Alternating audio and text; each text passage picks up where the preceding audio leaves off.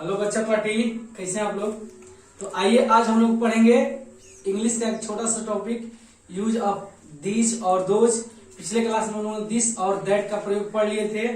आज हम लोग इंग्लिश का टॉपिक पढ़ेंगे दिस और दोज। इंग्लिश समझ रहे हैं जी। मैं इंग्लिश मीडियम पढ़ी हुई, हॉस्टल में जाके बड़ी हुई, उसी के बारे में पढ़ना है। क्या पढ़ना है? Use of these, THESE these, और क्या पढ़ेंगे? Those, THOSE। समझ में आ रहा है?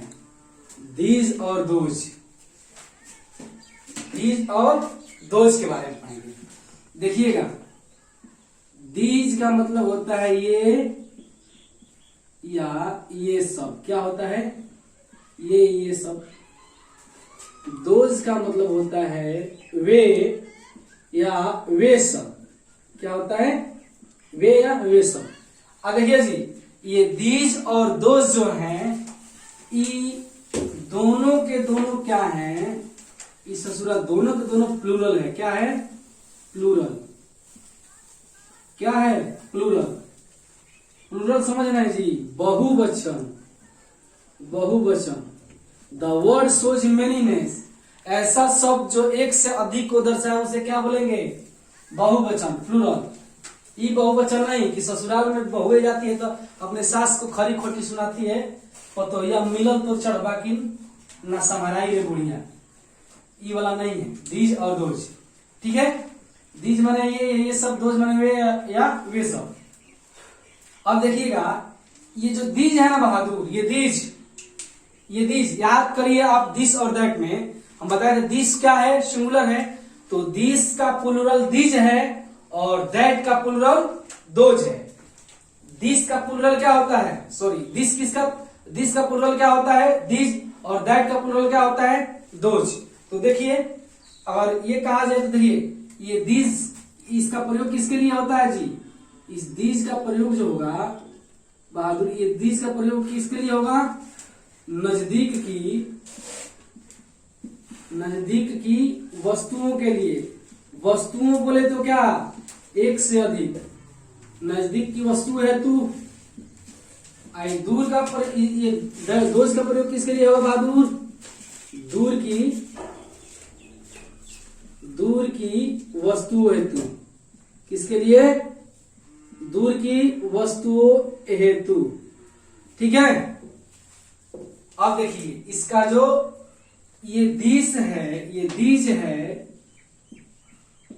है या दोज है, इसके साथ प्रयोग किसका होगा? हेल्पिंग वर्ब में प्रयोग किसका होगा?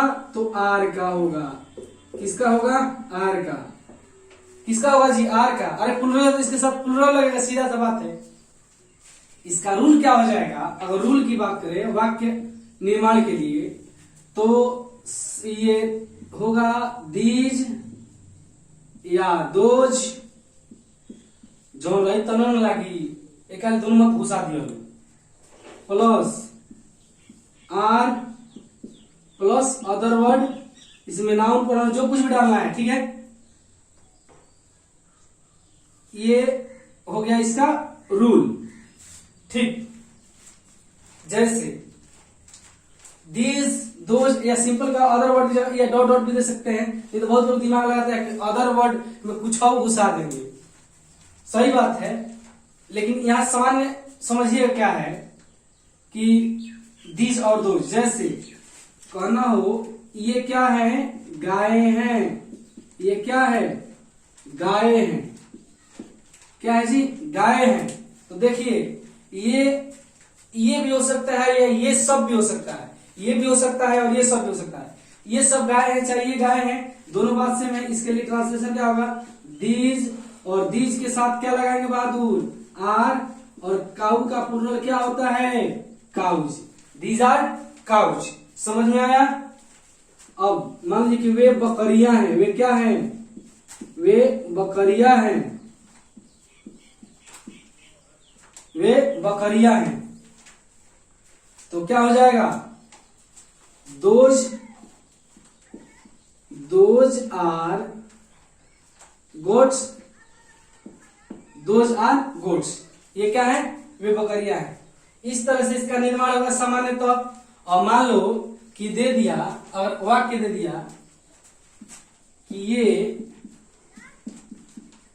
चोटियां हैं। क्या है जी, चोटियां हैं।